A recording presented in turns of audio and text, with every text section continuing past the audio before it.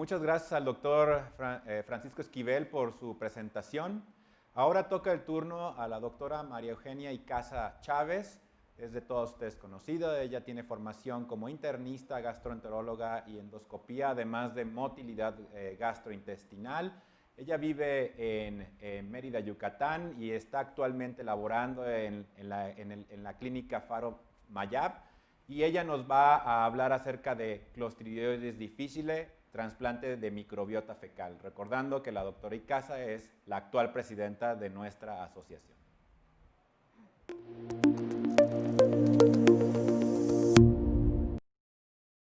Muy buenos días a todos. Espero que estén disfrutando esta transmisión de Ecos Internacionales 2020.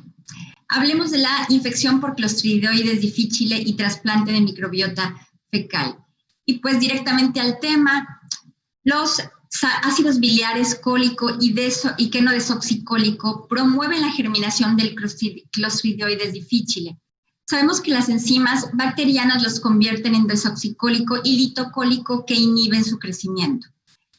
Estos Clostridium, el Syndes y Iranoides, producen una enzima, la 7-alfa deshidratasa, que es de las enzimas que promueven la producción de ácidos biliares secundarios. Y también producen antibióticos derivados del triptófano. En este estudio se investigó la presencia del gen BAI-A, que codifica para la enzima mencionada en donadores y receptores de trasplante de microbiota fecal por infección por clostridioides.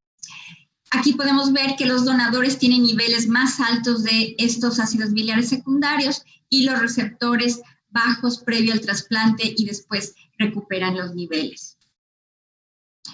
La presencia o ausencia del gen BAI-A, sin embargo, no fue suficiente para explicar los niveles de ácidos biliares secundarios previo y posterior al trasplante.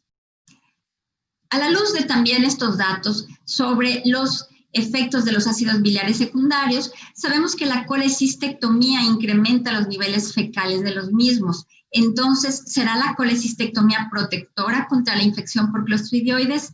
En una base de datos de más de 64 millones de personas a lo largo de 30 años, se analizaron casi 2 millones de colecistectomizados, pero sorprendentemente se vio que el riesgo fue mayor, no menor, en colecistectomizados con unas diferencias significativas. Y después del análisis multivariado, el riesgo persistió. Este estudio coreano buscó demostrar nuevamente lo que hemos visto en muchos estudios anteriores, el efecto de los bloqueadores de ácido del estómago. Y compararon individuos que usaban inhibidores de bomba de protones y bloqueadores H2, pero eran usuarios nuevos, más de 1,5 millones de individuos, y les dieron un seguimiento y encontraron que el riesgo para desarrollo de infección por clostridioides fue mayor en los usuarios de inhibidores de bomba de protones que los que usaban bloqueadores H2 y los controles. Este estudio analizó si las infecciones por clostridioides eran recaídas o reinfecciones, y eso lo hizo con base en la secuencia genómica de las bacterias aisladas. En un grupo de 397 individuos con la infección, buscaron las diferencias alélicas entre las cepas de las recaídas, y si eran diferentes en menos o igual a 2 alelos, se trataba de una recaída con la misma cepa, pero si eran diferentes en más de 50 alelos, entonces las cepas eran diferentes. 18 individuos tuvieron infección recurrente porque desarrollaron síntomas menos de 8 semanas del cuadro inicial. 14 de ellos eran recaídas y 4 de ellos eran reinfecciones, lo cual es un número no pequeño. Este estudio realizado en el Instituto Nacional de Ciencias Médicas y Nutrición buscó encontrar si la calprotectina fecal podía ser un factor de predicción de una infección recurrente, pero no encontraron diferencias significativas en estos niveles. Sin embargo, la edad, la gravedad inicial del cuadro y el ribotipo sí fueron predictores de la infección recurrente. Este estudio presentado en cartel y que mereció una nominación fue aleatorizado, prospectivo y no cegado en 168 pacientes en 4 brazos que no se especificaron en el resumen. A 32.7% les administraron placebo y a 67.3% los probióticos que se mencionan aquí. Iniciaron menos de 24 horas del inicio del antibiótico durante la toma del antibiótico y 7 días después del uso del antibiótico. El objetivo era el desarrollo de diarrea asociada a antibióticos y la infección por Clostridioides. Aquí se muestran los resultados, que son bastante sorprendentes, porque hubo una reducción de 31% a 3.5% en el riesgo de la diarrea asociada a antibióticos, y por otro lado, una reducción significativa de la infección por Clostridioides de 13% a 0.9%. Busqué si este estudio estaba ya publicado y aún no, pero será muy interesante ver los resultados en la publicación en extenso. En este estudio se investigó el efecto de un ecosistema microbiano terapéutico llamado MET2. Fue un estudio abierto, piloto de grupo único en pacientes con infección por Clostridioides recurrente. Les dieron 10 cápsulas al día por 2 días y posteriormente 3 cápsulas al día por 8 días. Si no respondían, entonces duplicaban la dosis inicial. El objetivo primario fue la ausencia de recurrencia a los 30 días. Esto fue ensayado en 19 pacientes y encontraron una respuesta con una dosis de 76.5% y con 2 dosis de 94.1%. Y en esta gráfica pueden ver el incremento de la diversidad alfa en cada uno de los individuos. Otro estudio también con mención fue el grupo que analizó RBX2660, que es un consorcio bacteriano que ya hemos conocido en años previos. Está derivado de materia fecal de individuos sanos y tiene criopreservativos. Este estudio PUNCH-CD2 es un estudio fase 2 en individuos con mayor o igual a 2 infecciones recurrentes o más de 2 infecciones que requerían hospitalización. Recibieron RBX2660 por enema comparado con individuos que recibieron una dosis más un enema de placebo o 2 enemas de placebo con 7 días más o menos 3 de separación. Y analizaron en este caso si los donadores tenían influencia en la respuesta al tratamiento. Eran 43 donadores, de los cuales se recibieron 238 trasplantes, por lo menos una dosis, y no hubo una diferencia significativa entre las características de los donadores. Del mismo estudio se comparó una sola dosis de RBX2660 con una sola dosis de trasplante de microbiota y encuentran que hay una respuesta de 79% para evitar la recurrencia de la infección y la eficacia es parecida en comparación con un evento de trasplante de microbiota fecal. Otro trabajo que fue también mencionado es el el que indica que los ribotipos 027 y 078 están asociados con alta virulencia. Esto es algo que ya sabemos, pero ellos en 152 individuos que recibieron trasplante por infección recurrente o grave, encontraron que el 30.3% tenía cepas virulentes y tenía una tendencia, aunque no logró significancia, hacia el incremento de falla a trasplante. En este estudio que comparó 2 hospitales con 2 técnicas diferentes de aplicación de trasplante de microbiota fecal, se analizó el éxito del mismo. Eran individuos con infección refractaria o recurrente. En el hospital A, con 50 individuos, se administró trasplante congelado proveniente de Open Biome. Esta es 22.7 mililitros diluidos a 250 mililitros de líquido y se aplicaron por colonoscopía en el ciego. Con un éxito inicial de 64%, 17 individuos requirieron segundo trasplante, 2 tercero y 1 cuarto. Por otro lado, en el grupo que se administró trasplante fresco, ellos tenían un protocolo de 30 a 50 gramos de heces diluidos en un mayor volumen de líquido.